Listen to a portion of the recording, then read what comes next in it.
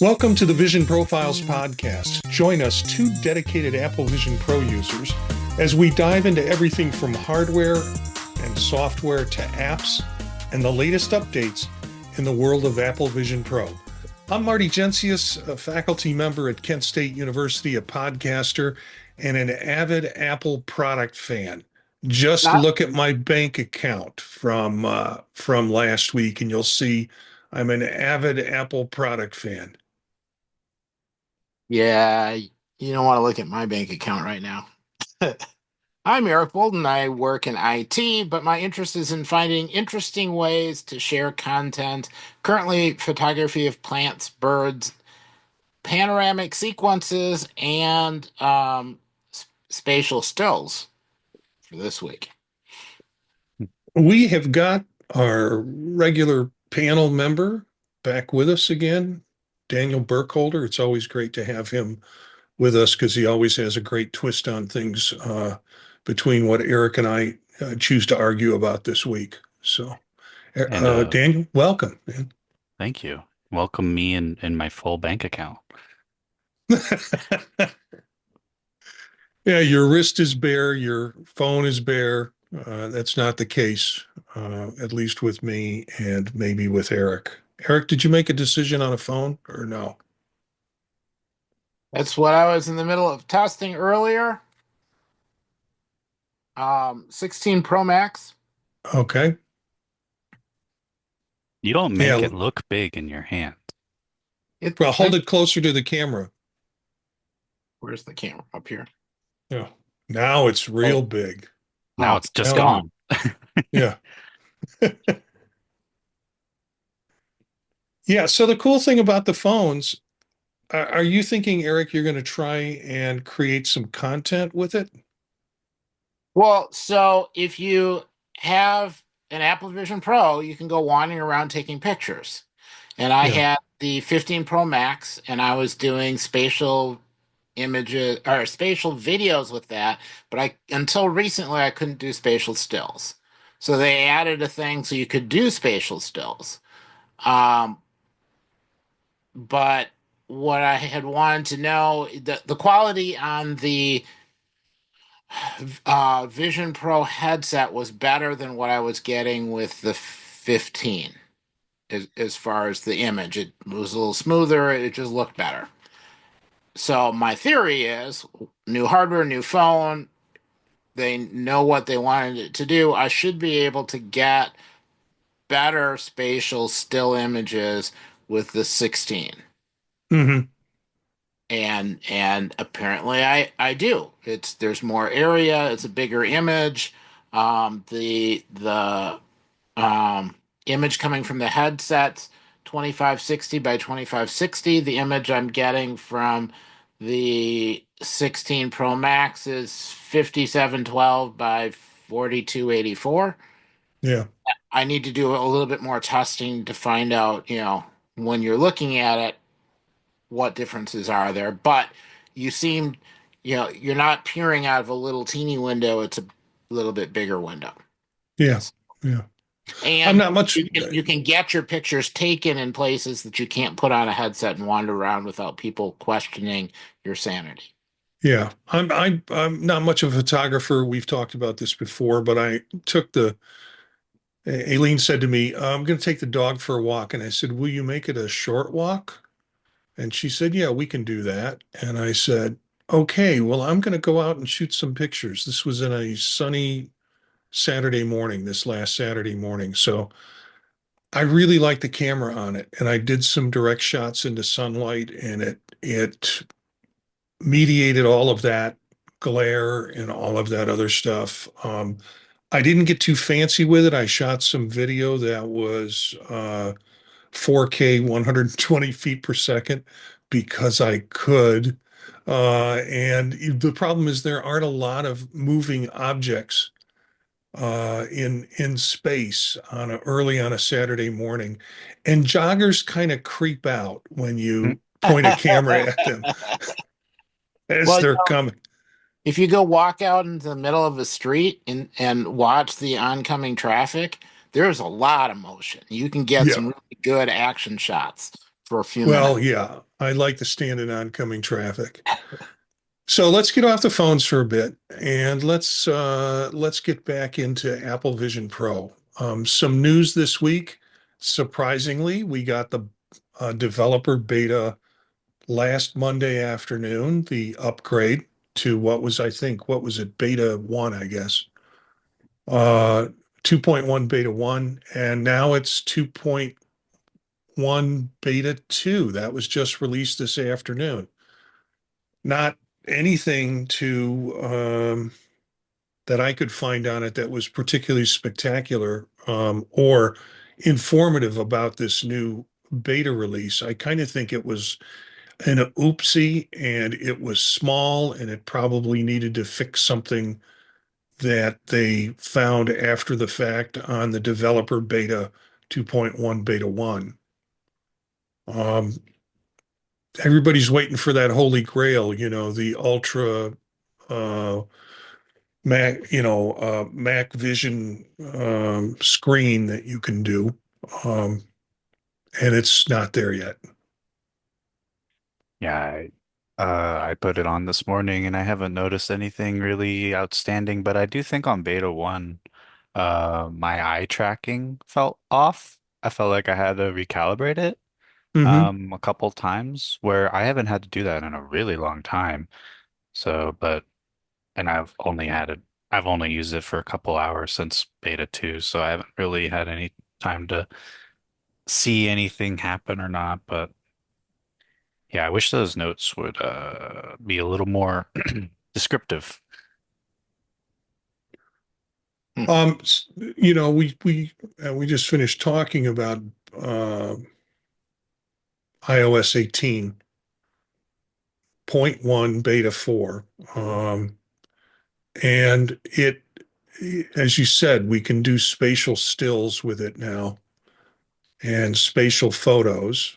We could always have done on the previous phone, we could do spatial video, and we can still do that. We can do spatial video and spatial audio, which I think is going to be pretty cool if you're Yeah. in a environment where there's lots of noise and noise meaning like sounds coming from different directions. It'll make you sense the sense that you're in the middle of the action when watching the video back.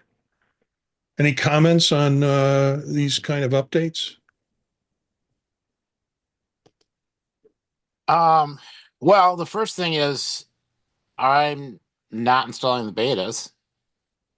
I got far enough along I can actually get stuff done. Now I'm trying to do some documentation and move some images back and forth. So I'm hoping to have something that if I comment on it, everybody else can actually look at it, whether they're running the beta or not. Hmm. Um, and I'm not yet feeling desperate to get some feature that's not yet here. So that's good news. Um, so yeah, I guess I will see. After you keep talking about beta stuff each week, I might change my mind. But right now, I'm treating it like it's more of a production thing where I want it to work consistently and being able to ask questions and get help with it. Yeah, I won't run a beta on my phone. Just, no. But the Vision, why not? Because it is a beta product. Um, Yeah, I mean that's what I was referring to when I said betas. Yeah. Really,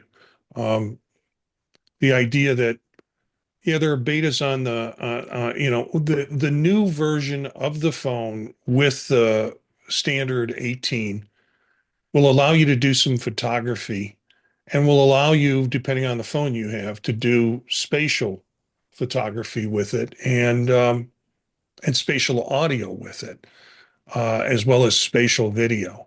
And so the betas, keeping up with the betas on the Vision Pro, like Daniel said, the whole product is a beta, and I had absolutely no problem with my Vision Pro running the developer betas. So, um, Well, and pretty much you needed the two version as soon as you could get your hands on it.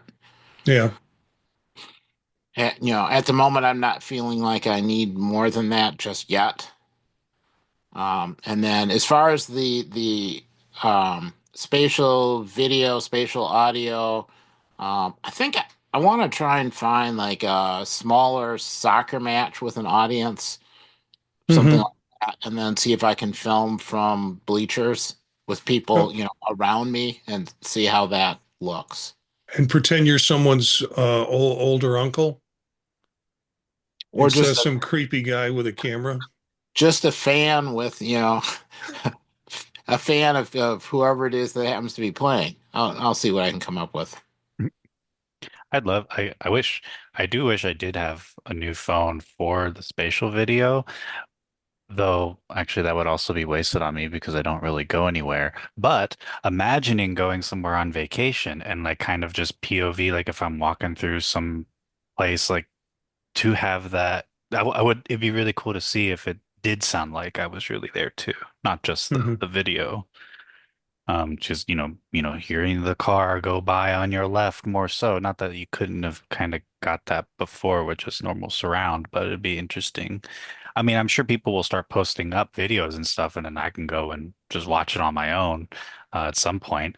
Though, as I say that aloud, where do you share spatial videos online? We have an app for you. Hey, We have an app for you. Hold out to the app section and I'll talk about one that's um, I got into this afternoon. I'm like, man, this is good.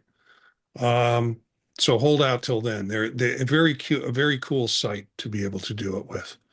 Um, Now that 2.0 is out and out of the beta and into the public, we're getting all these articles of people talking about how great it was. They spent all of 1.3 until the moment the 2.0 beta came out, talking about how we don't know about this device. It's expensive. How much is it exactly? $3,500. And there was a lot of crap talking about the Vision Pro headset. Now that 2.0 is out, oh, it's turned the corner. It comes into focus, as the Verge article talks about, that finally Apple's Vision Pro comes into focus. A slew of much needed updates in its new OS update. And, of course, it talks about gestures and particularly the homepage gesture and then the other gesture for control center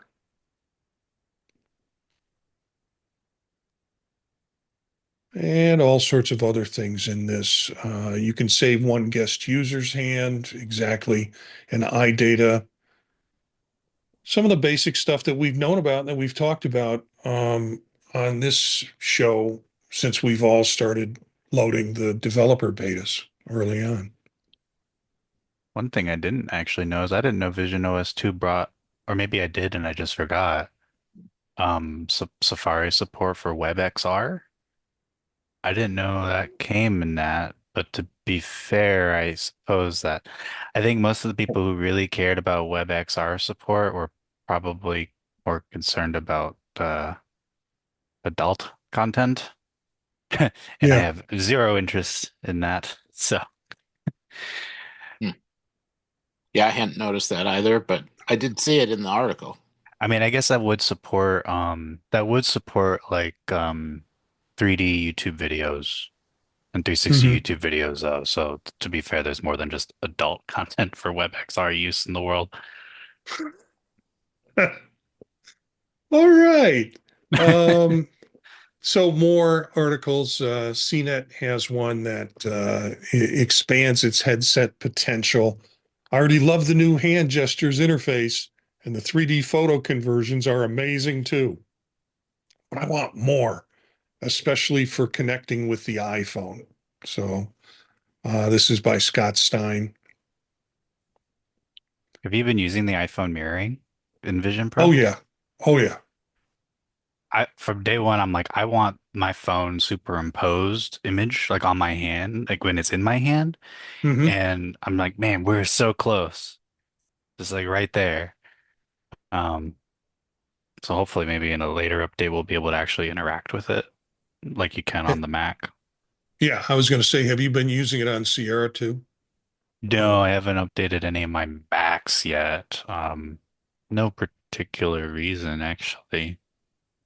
But you don't you need Sierra to be able to do the phone mirroring on your Macs? Oh, you do. I just haven't done it because, Oh, okay. All yeah, right. Because you just said like you can do it on your Mac. I assumed that maybe you had been doing it on your Mac. no, not yet. Um, Eric, are you doing any of that or no? A little bit, but my work machine is an Intel machine, Oh no. Oh, okay. I'm and it sorry. doesn't work on an Intel machine. So the place where I would most want to use it, it doesn't work. But your work machine is good for warming up your lunch. Think of it that way. Yeah, but it's an iMac. Every time I warm up my lunch, I end up wearing it.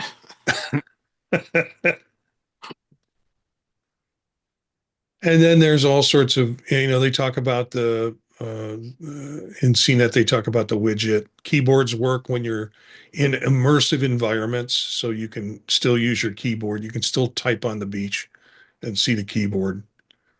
That is Um, nice. yeah.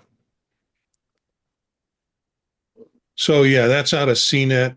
And then Mac Daily News, same sort of article in the sense of Vision OS 2 subtly expands the Apple Vision Pro's potential. So, like I said, now people are coming to light until after a while they'll start saying bad things about it again until 3.0 comes out. So then out of XR today, this is the second time I've gone to this um, media piece and found some interesting stuff. I just don't know how true it is, I guess is one way to say it, or if this is just speculation. So they talk about, will there be an Apple Vision Pro 2? I was with a group, I was with the Prescott Mac users group this afternoon, and one guy had a Vision Pro, another guy really, really wants to get one, but he wants to wait for Vision Pro 2. And I said, okay, enjoy the next 2 years. And when you talk to these Mac users groups, most of the people are of an age that you don't know how long, and I say this to myself too, how long we're going to be around. So live life now, you know. Get yourself a Mac, get yourself an Apple Vision Pro. Um, so the questions are arising about a Vision Pro 2, when the release dates are going to be. This article speculates sometime towards the end of 2016.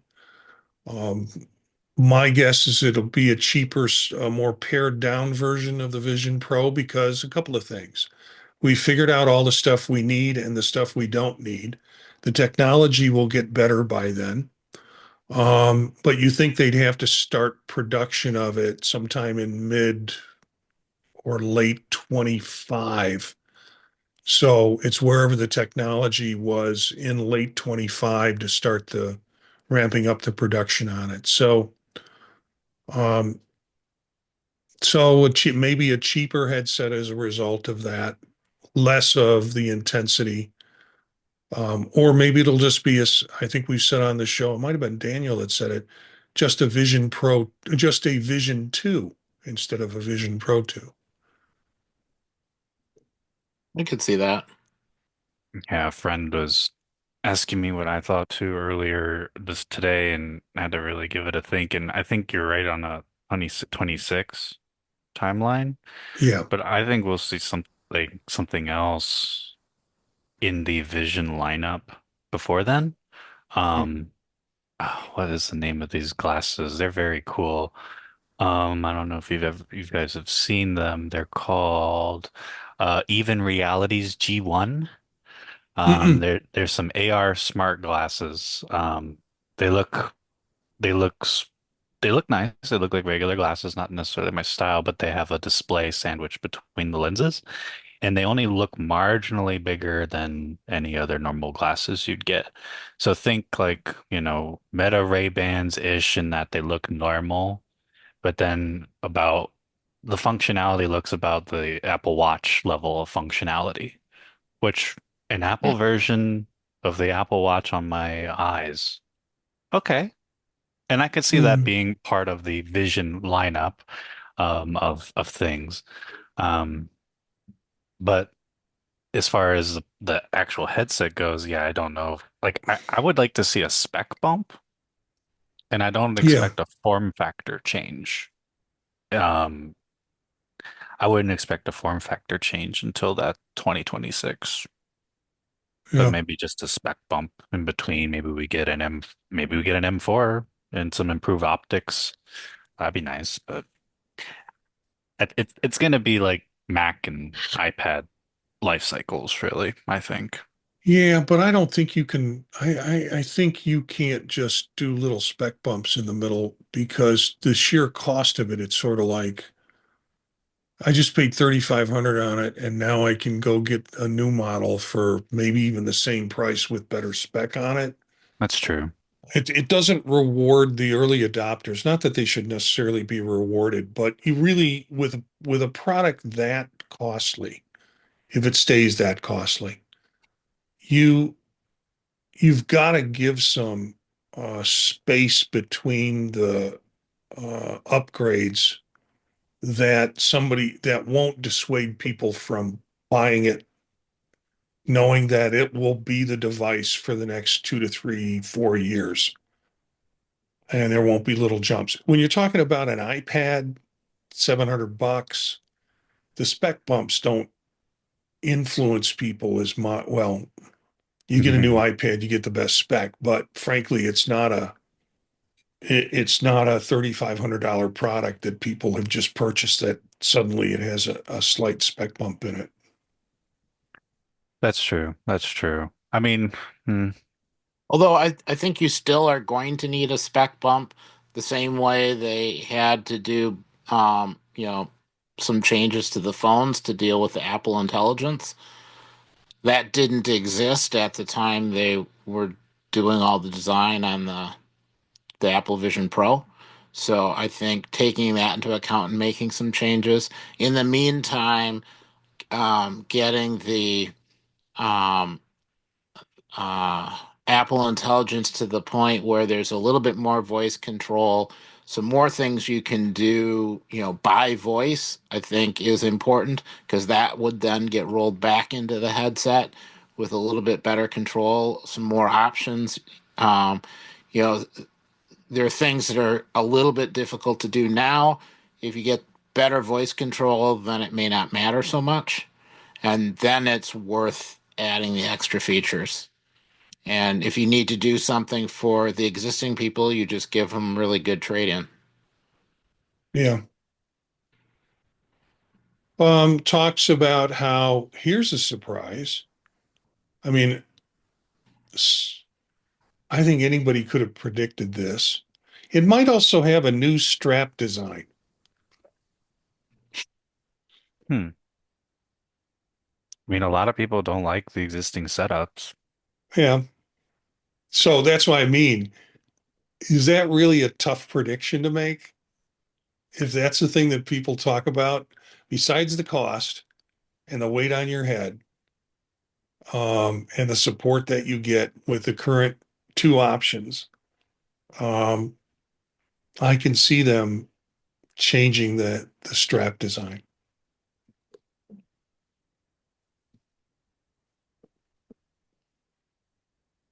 Another factor might be whether Apple chooses to add controllers and accessories to its new headset. I got into a discussion with someone who said, "Oh, but they're going to do that, and that's going to be bad." And I'm like, "No, gamers would like that." And I kind of had to explain what you taught me a little bit about, Daniel, is that the response rate with controllers is going to always be faster, and the accuracy is always going to be faster than what you can get with your fingers. And for that reason, particularly gamers, whether you think this is a gaming device or not, gamers would appreciate that good set of controllers. And I mean, historically speaking, too, Apple doesn't really care about the gamer market, even though at the same time, every other event they have, they talk about games all the time.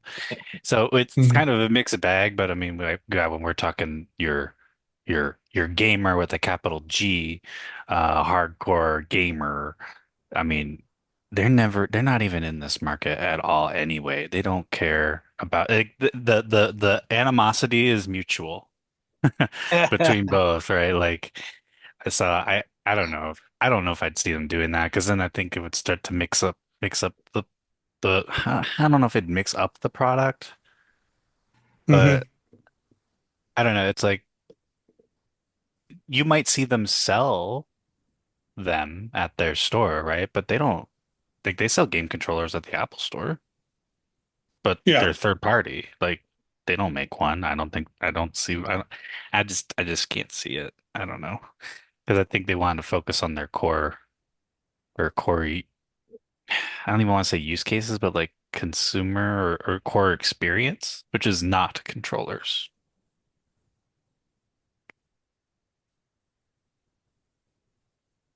Yeah, and one of the initial, I think, messaging ideas is that you didn't have to have a bunch of extra stuff to make everything work.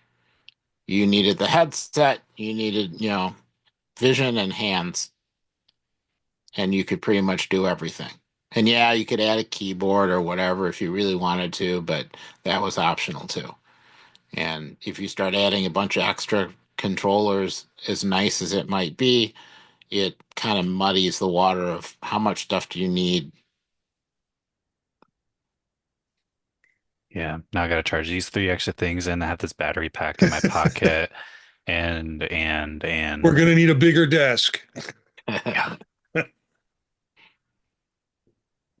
I'm gonna All need a right. bigger chest sling bag to hold all these All that different stuff things in. on. Yeah, Yeah, maybe I can get through this vacation without the game controllers and the chargers for the game controllers, just to save space. Um, this article I found I thought was interesting, but as you read it, it's a little bit less exciting as it could be. This is from Vogue, and a person, the editor's experience attending the Milan Fashion Week through the Apple Vision Pro headset. So it makes you think somebody flew to Milan, put their headset on, and watched all the runway stuff. That's not what happened. What happened was that they got a stream. They were sitting at home or sitting in a office space and getting a stream of the fashion show coming to them through their headset. And they said, frankly, by the time the runway started, I was always already down to 20% in power because they sat and waited and waited and waited. They did like the experience. Um, it might be another use scenario that if we could start setting up live streams, it would be interesting what kinds of things we could be live streaming and picking up through Vision Pro. Doesn't talk anything about spatial photography or spatial video being used in this article. It's just the experience of watching the fashion show on a headset with some delay. It wasn't, it was recorded and then streamed to them. And I guess I found it a little bit more interesting than you did. Um, Okay. the battery part that was in reference to their phone at events usually that they were using their phone so much that it would drain by the time the show started. Um, Hmm. not the headset.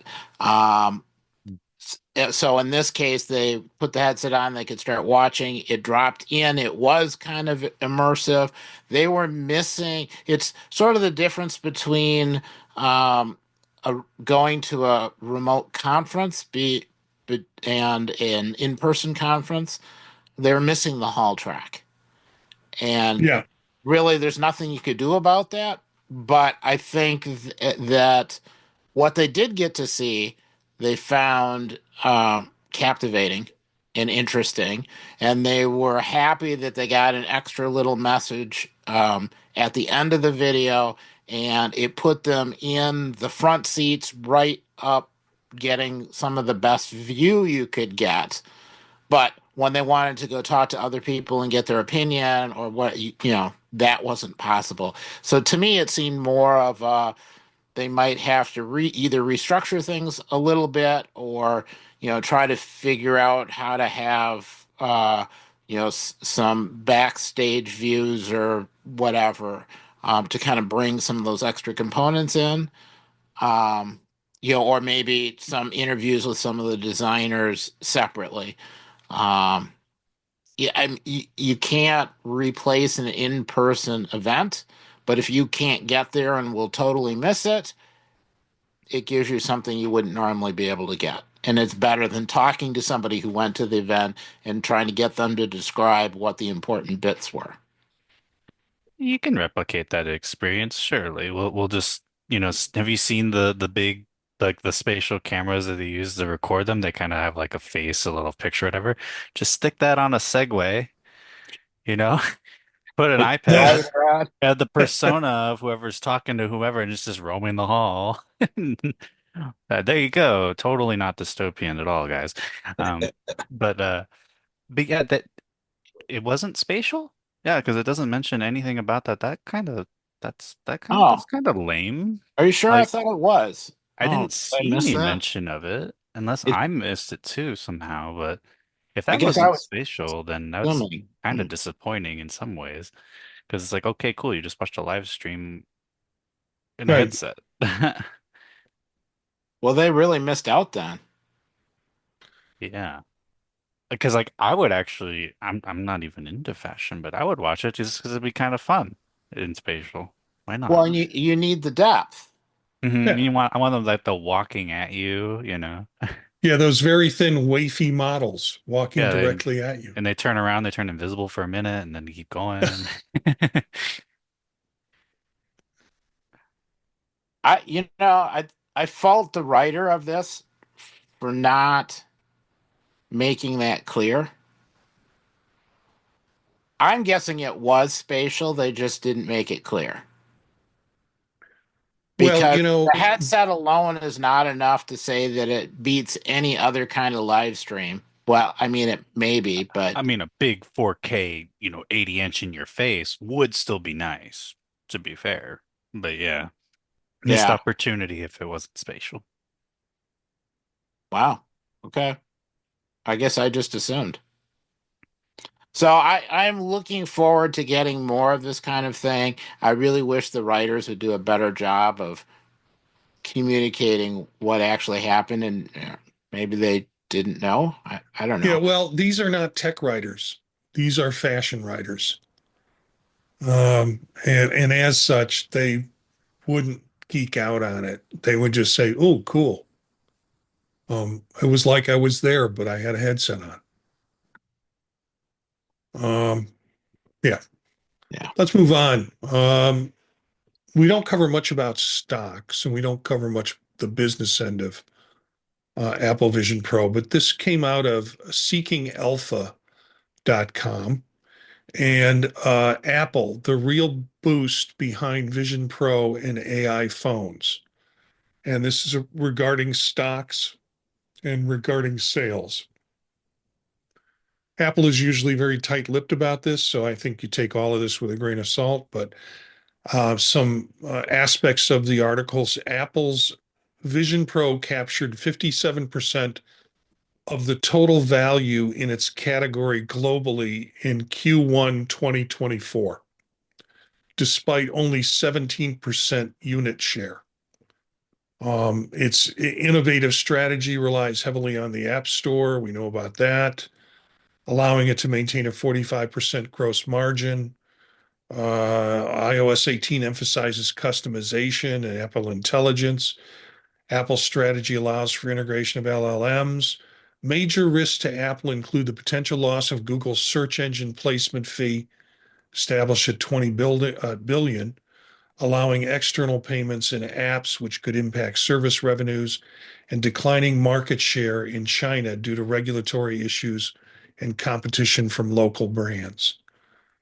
So, Vision Pro is a surprising success, according to this article.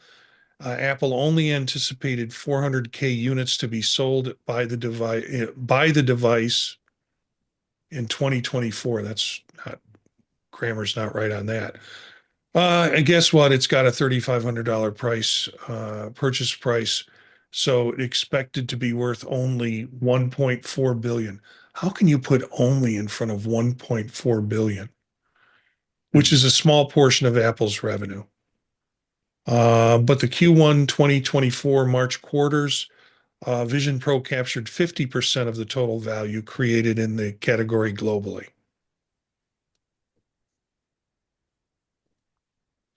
Apple quickly overthrew Meta in less than a year. After June 28th, 2024, Apple Vision Pro will likely be available in key Asian nations like China and Japan. We know it is. And this could further increase Apple's market share there. So, talking about the numbers. In many ways, it's typical Apple. Charge more, get more, but it's better product, so I'm fine with that. Yeah. But the Vision Pro numbers are, I mean, I guess not surprising, but at the same time, I don't know. I guess I wouldn't have been surprised if it was less, at least less in terms of total units. But the year's not over. Yeah. We still have some quarters to go. Yeah, I don't know. I guess I found sort of an odd article as far as how they looked at the valuation of everything, and I'm not sure that I totally understand or agree with how they're doing what they're thinking the value is. But whatever. It's financial. We'll let that go, I guess. Um, 57% of the total value by the global category. Okay. I mean, they're more expensive headsets. Yeah, it's more value. Yeah, like How mature is that category? How full is the actual category? So Yeah. it, controlling 57% of it, it's still pretty immature. and like what's the time frame there, right? This product's not even been out a year, and has there been any new again, I don't just because I don't know how they figure that out, but like has there been any new product to compare it to? I mean, you could compare Quest existing Quest products, and I mean there was a few that have come out, but I don't know if I'd put them in the same category. I wouldn't put a Big Screen Beyond or a Pimax or any of those like dedicated PC VR headsets in the same category, which a Mm-hmm. lot of people do kind of conflate. So like those don't count. The Quest counts. Um, was like Virtue Pro that counts too, but that's like that's like China only. There's like another China one, so it's like, yeah, it would be interesting to know how they come to that number. But in the absence of any other actual competitor really lately, yeah, of course, because it's the only new one to get. Yeah. Yeah. Well, and it's a global category, but it wasn't really global, Oh yeah. Oh right? yeah, you're right. Huh? Oh well, then hey, that speaks to it. Then we did it globally, but only in the U.S. to start for the first couple of Yeah. months. So, I mean, really, I, what I get out of the article is Apple coming into the market basically legitimized the product category, but nobody's really entirely sure exactly what that means, what the category is, or who who that encompasses, or really are there a couple different pieces of it? That's still unknown. And some of the other articles we're talking about today, I think, up with some other headsets, that's all new. That's all recent. And we don't know yet how all that's going to shake out. Yeah, so this time Yeah. next year with all those headsets, it'd be interesting to see what those numbers are. Yes. Yeah, I just don't know if those other headsets get the traction in terms of, where am I going to find some of these headsets? It's not like I'm going to walk into a big box store necessarily and see these things. So let's move on to that next category, which is a whole slew of articles that came out last week that talked about alternate headsets, either in production, costs, and I would encourage the listeners to read through the articles sort of as a batch. And we'll have all these notes attached to the podcast, attached to the video cast, and available for you with links to these articles. But the first one out of the box is an article on XR Today. So we're back to XR Today again. Big XR news from Snap, Meta, HTC, VIVE, and Apple Vision Pro. So this article kind of does this is what's new with this one, this is what's new with this one, this is what's coming with this one, cross um, product comparison.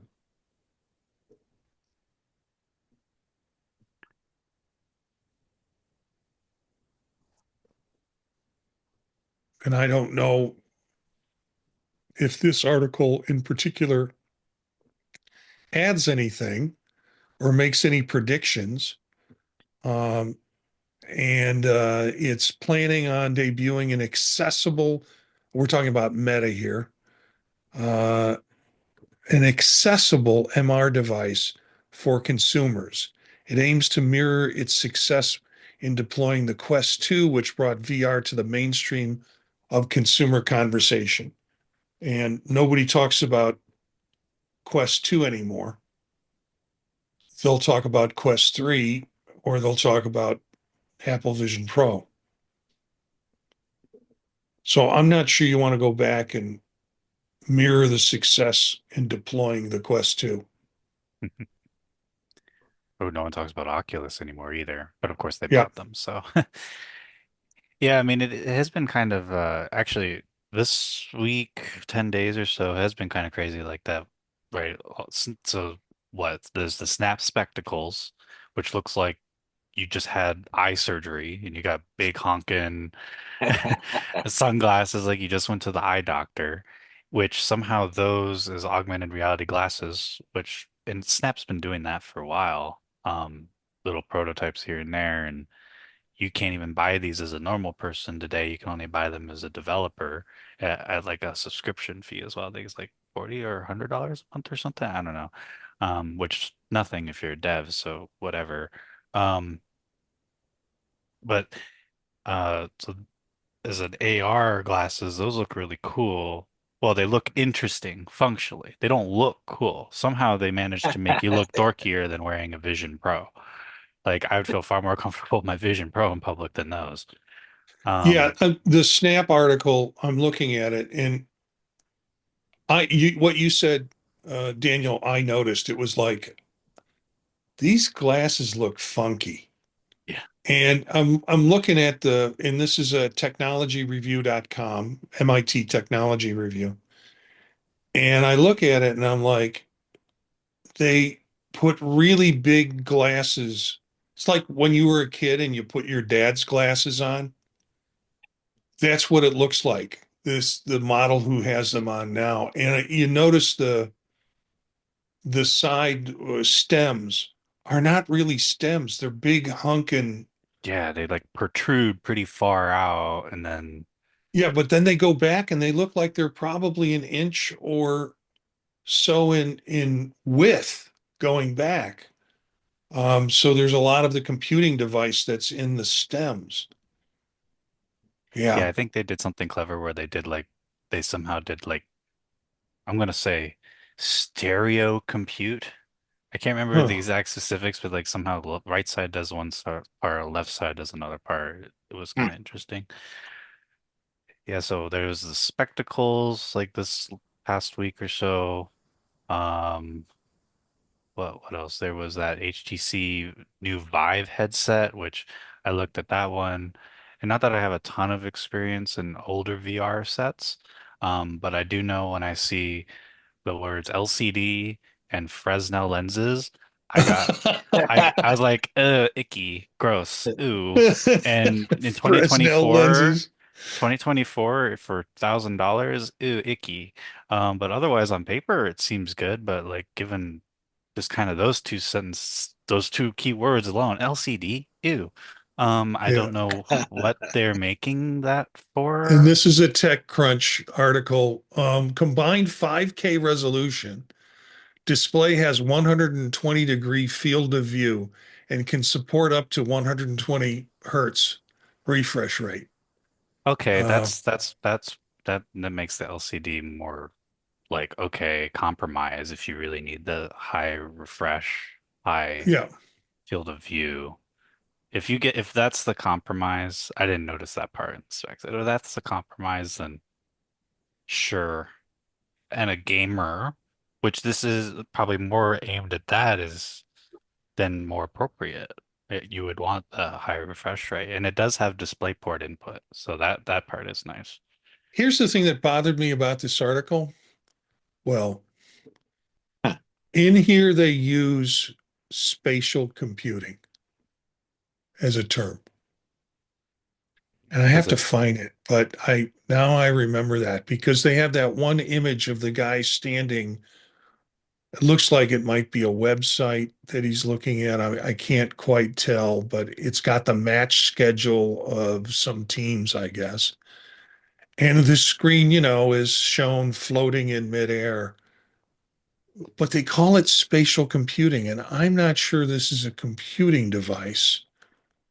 Oh, good point. Like I think it And whether, is. yeah, Yeah, because it has like I think it is. So it's more like the Quest, less so like a big screen beyond or a Pimax, where those are like just screens. No, I do believe that this has standalone capability as well. and is this tethered? I think if you want to optionally do DisplayPort input for your PC VR, then yeah, it would be. Um, I don't know if they would do wireless PC VR, but I think any of the headsets, for the most part, like the Quest can do it. I don't see any reason why this wouldn't be able to do wireless PC VR as well. Hmm. Um, yeah, cool. I mean, don't get me wrong, but I think I'll take that money and buy two Quests instead, honestly. Um, yeah, And so then they, the yeah, visor, 9 to 5 Mac has an article on the immersed visor. the visor would be cool if their demo worked. Apparently, at the event, none of their demos even worked, and the few demos that people got to do, it was just like a slideshow of static images. Kind of insane, but if now the visor, I look at the visor, that's what I want to see a Vision Pro like cheaper Uh, model be like. The form factor, the size, Yeah. it's like 100 and it's not even like 200 grams. It's like a third of the weight. It's insane. And I mean, for me with using the Vision Pro, I'll use it without light seals most of the time. And when I see the visor and how everything seems to fit and put it on and everything, and that seems pretty much how I'm using the Vision Pro, but a third of the weight. Hmm. So if yeah. we can get to this form factor, if Apple can, oh man, I who that'll be a much bigger, easier sell. But apparently that like yeah, like the demos didn't work out very well. It seems very promising. Um, this one was also weird. You have to now Immersed also makes a software. Um, an app for the Quest, and it's on the Vision Pro now, I think, for like virtual office, like virtual displays and all that jazz. Um, Hmm. and so I think if I recall for the visor, if you do want to get one now, you have to, I think it's like, what was it? Not very expensive, but then you had to do a subscription fee to their immersed software platform, which then if you price it out, you could pay it all up front for like $1,500 or something like that. Um, 1,050 outright, otherwise 1,360 over 24 months. yeah. And weird pricing, I'm kind of okay with that either way. I hope this works and I hope it can show what like in my mind, this is what I hope a lighter Vision Pro would be. So this one I'm excited to see them develop more in the future, but I don't know, it's sketchy. Um, we've got Dave Ginsburg of In Touch with iOS in the chat room with us, and Dave just got a Vision Pro headset a couple of weeks ago, and I told him that we would have him on the show as a guest sometime soon, and go through, we'll go through the news, and if Daniel's here or Daniel's not, we'll still have him on as a guest because we'll just have another slot to talk about stuff with. But David does In Touch with iOS on Tuesday nights and no, Thursday nights. Sorry, David. Thursday nights, and covers a little bit about Vision Pro now that he has got a headset himself. And it's fun to hear him. Was struggling with doing the gestures, particularly getting the control center. And I got a text message from him today that said, "Finally got it. Now I got it." So that's good to hear. Um, You gotta look at your fingers where it'll be. Really, that's the thing. You have to look at your fingers. Yeah, that's kind of that yeah, that's kind of what I've determined. And what you can kind of do too if you want to verify, you can kind of stick both your fingers up like kind of L's and then swap Mhm. your eyes between them and you can watch. It'll swap between your hands. Yeah, I Ah, think for me, it was, I kept approaching it by just putting my fingers down and going, "Where's the dot? Where's the control center? Where's the control center?" But it's that whole, I'm going to flip that little dot over and then it's going to become the control center.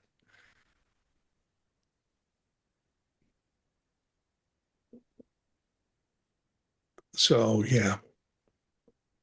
so well, there was one more thing that I saw in recent headset. Oh, in competition. We know Meta has an event this week, a developer conference.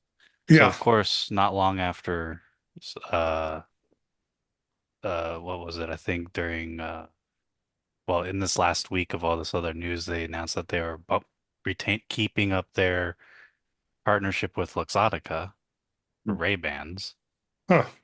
So how I heard that convenient was dead timing. though. I one Yeah, time I said like Ray-Ban doesn't want their name on any of their stuff. I think it was the idea of something thicker, which if they were talking about making something like the spectacles big, then yeah, I don't blame them. Hmm. But yes, I mean, I'm sure it was strategic announcement with all the other headsets coming out and this week. So look forward to this weekend. Maybe we'll see, or this Thursday and Friday. Like kind of Meta and Apple are really the two to watch the most. So to see where some of this is going. And there was already leaks of a Quest 3S. To 3S, yeah. So we'll see. Maybe I'll get one or something, but because And I should get one to evaluate the competition. And I yeah, mean, I actually play some games sometimes. So until I get my Surreal Touch controllers in, I can get a little bit into VR gaming in the meantime. if it's going to be cheaper, and what I heard was they're going to try and drop the $500 price down to the 399 or the 299 or 399 price, it would be worth getting a headset just to see what it could do. Um, Yeah, I think It's the leaked ad I supposedly saw was, likely unveil on September 25th, so Wednesday, 2 days from today. yeah. Yeah, I think the leaked ad I saw said that it had like 399 for a 128 gig model. Yeah, we'll So sell anywhere from between 299 and 399. Um, if it comes anything close to replicating what the Quest 3 can do, that's a heck of a deal. And then the antithesis of Apple's offering, which is $3,500, like we didn't know. they also are losing money on every unit. Meta. What, Meta? Yeah. Yeah. Yeah. So now they get to lose more money.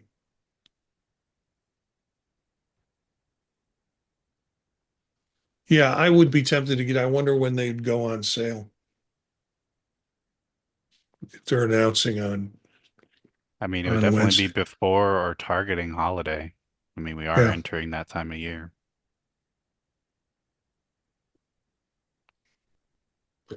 And then there's one final one, I think, to talk about, which is the Pico 4 Ultra.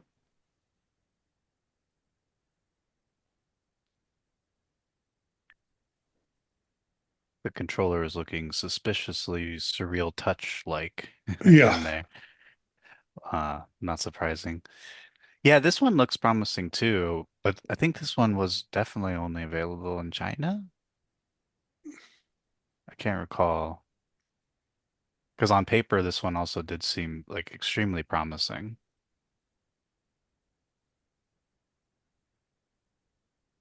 Yeah, this is the one Strange that comes with feet tracking as well. feet tracking. You know, you got to get that realistic leg movement in VR chat. How else you gonna do? You know, it's exactly what I need. I mean, hey, some people are really into VR chat.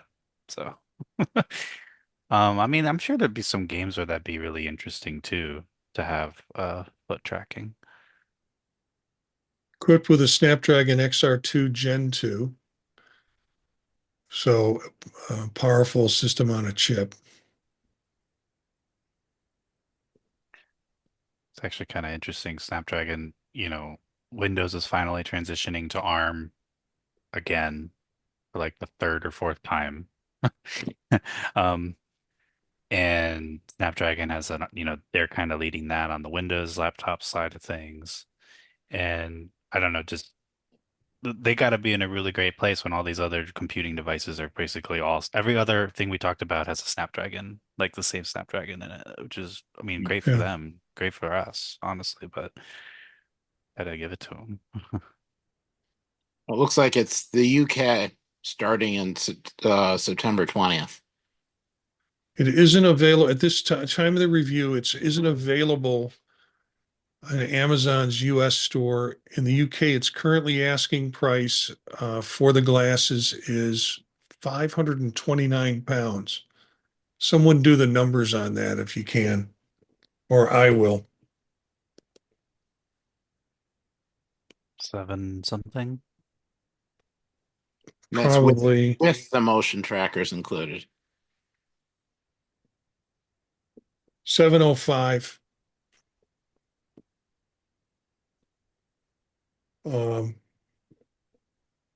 but that's subject to change. Actually, it's at a low, well, it's going back up in terms of the pound.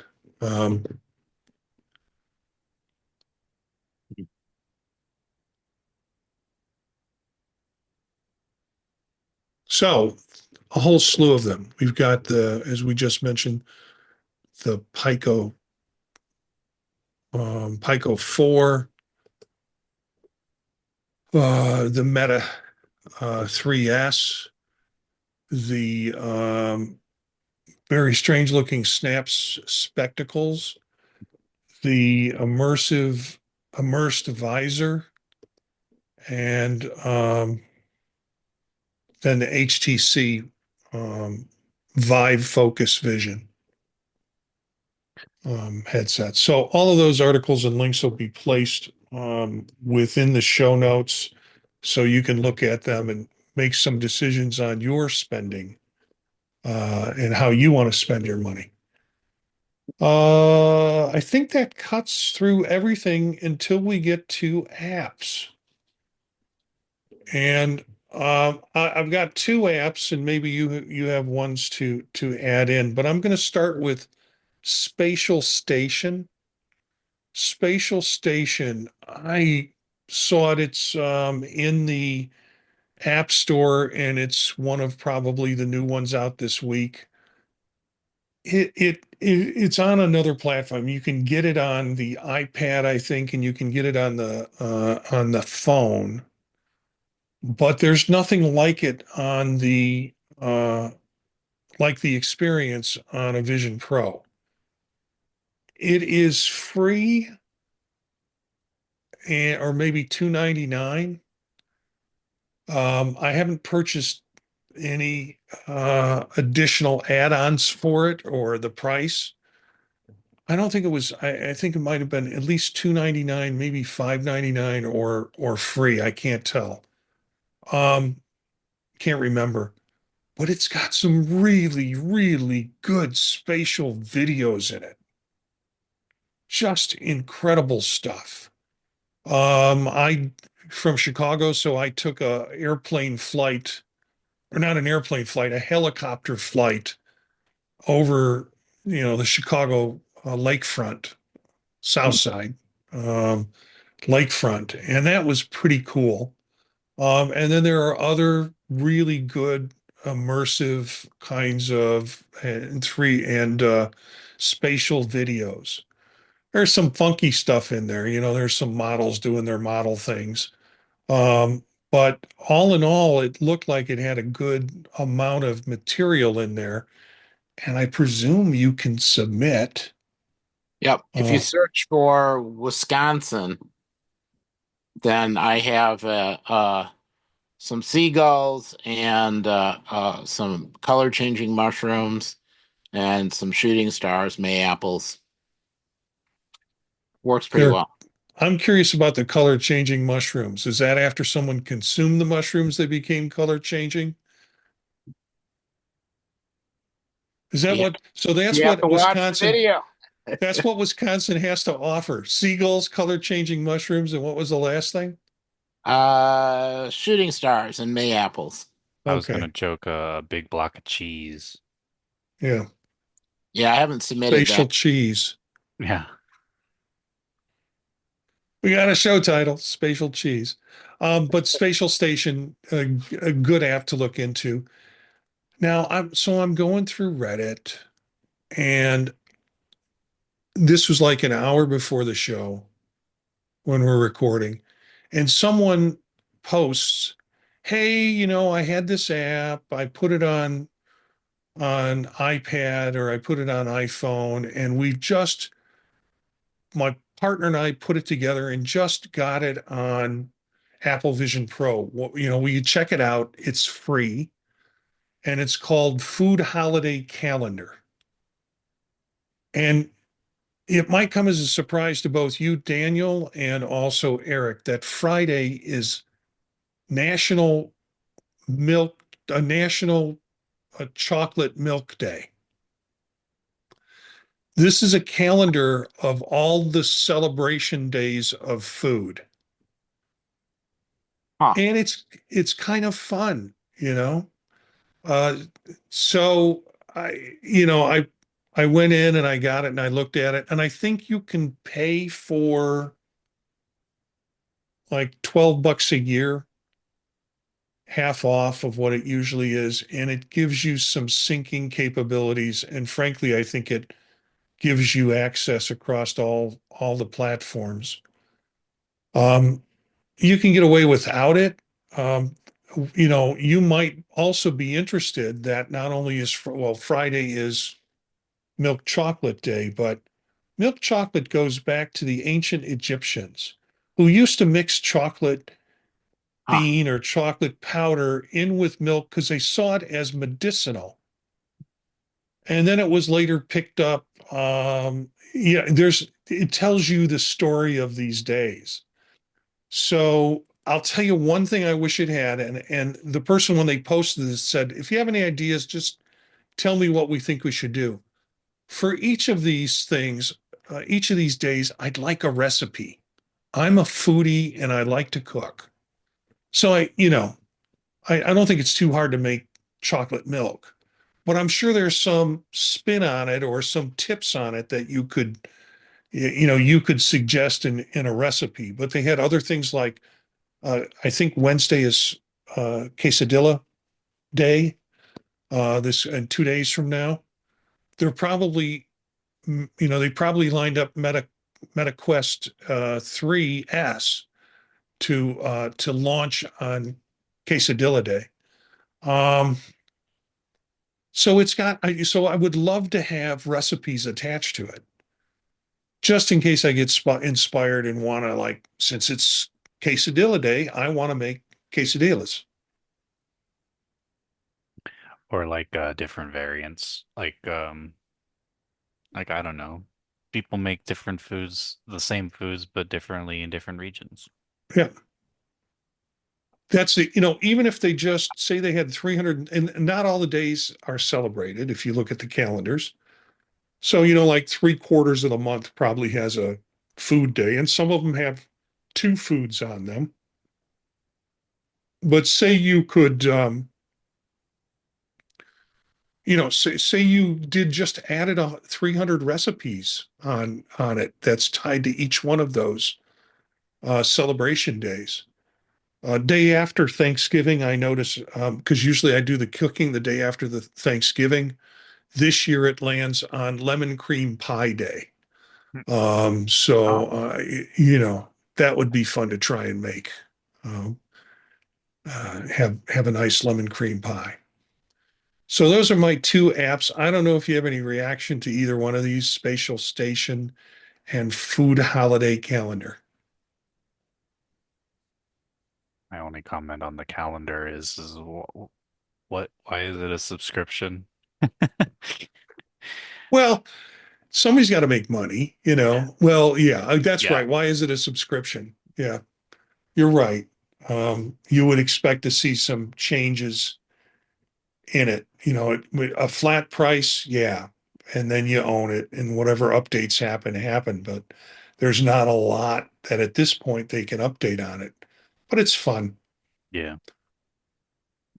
I have a similar app on my phone for like crazy day celebrations, like today is National Vacuum Cleaner Day or something like that.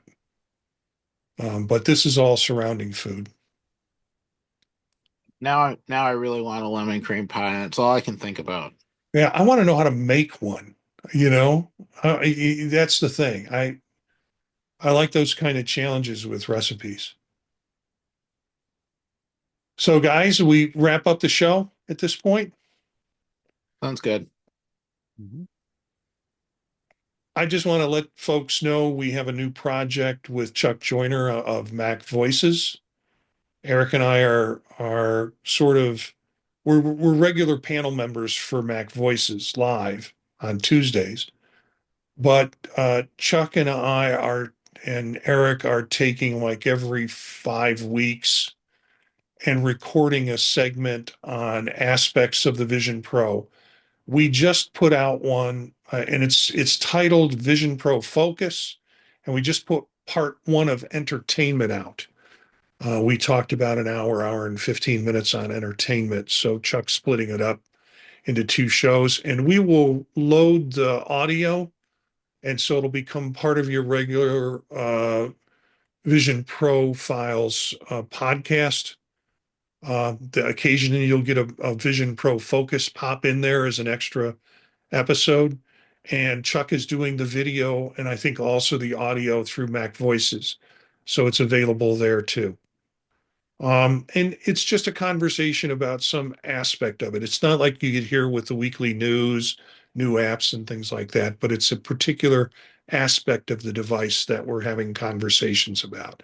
So look for it, Vision Pro Focus. You can again find the audio as part of our stream with Vision Profiles, and you can also find it on Mac Voices Live as part of Chuck's work and what he's doing.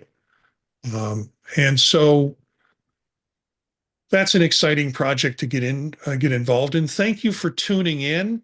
We'd love to hear from our listeners. If you have ideas or want to join an episode, email us at visionprofilespodcast@gmail.com. And I'm moving things over to a new website. And right now you can get the beginnings of that website at visionprofiles.net. Currently, we also have visionprofiles.info, and I'll redirect that to the new site as the new site gets up and running. I've got to put some more content on it and make sure the RSS feed is available for people to pick it up. So look for us on visionprofiles.net, and you can find out about all the other available podcasts at thepodtalk.net. Our bumper music is Free Jazzy by Steve Combs, courtesy of the Free Music Archive. Daniel, thanks for joining us. Any news or anything you want to share with listeners? No, wish I had though. Okay. Well, make trouble, make news, and you'll have something to share at the end next time we have you on. But it's always great. I'm glad you're finding time every couple of weeks to join us, and hope it continues. Spread the word to other visionaries, and thanks for tuning in and listening. See you next time.